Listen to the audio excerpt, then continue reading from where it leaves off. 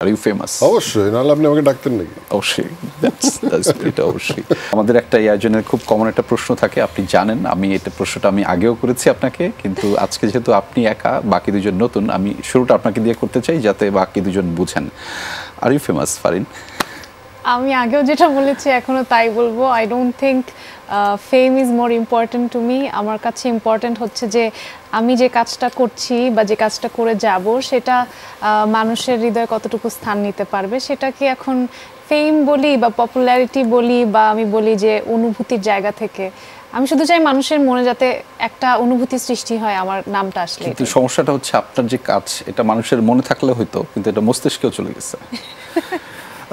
ধ্রুব ভাই, আপনার কাছে একই প্রশ্ন, আর ইউ ফেমাস? আমি আসলে আসার আগে নামটা প্রথম ক্লিক করি। আচ্ছা, আমি সরি, আমি আগের নামটা জানতাম না। আচ্ছা, তো আমি সাচ এ উইয়ার্ড নেম, মানে একদম তা আমি তো ফেমাস না, অনেক কষ্ট করে একটা ফিল্ম বানিয়েছি। আচ্ছা, ফারিন ফেমাস, দাদাও ফেমাস। তা আমি আসলে ওই ফারিনের সুর মেলা একটু বলতে চাই, আসলে ফেমের জন্য মনে হয় আমরা কেউই কাজ করি না, চেষ্টা করি নিজের বেস্টটা দিতে। এতে যদি ফেম আসে আলহামদুলিল্লাহ, এর বাইরে কিছু বলার নেই। আচ্ছা, দুইটা তথ্য একটু জানাই। প্রথমত হচ্ছে যে আমরা এই আয়োজনের শুরুতে বলেছিলাম যে এই পৃথিবীতে প্রত্যেকটি মানুষ অসাধারণ।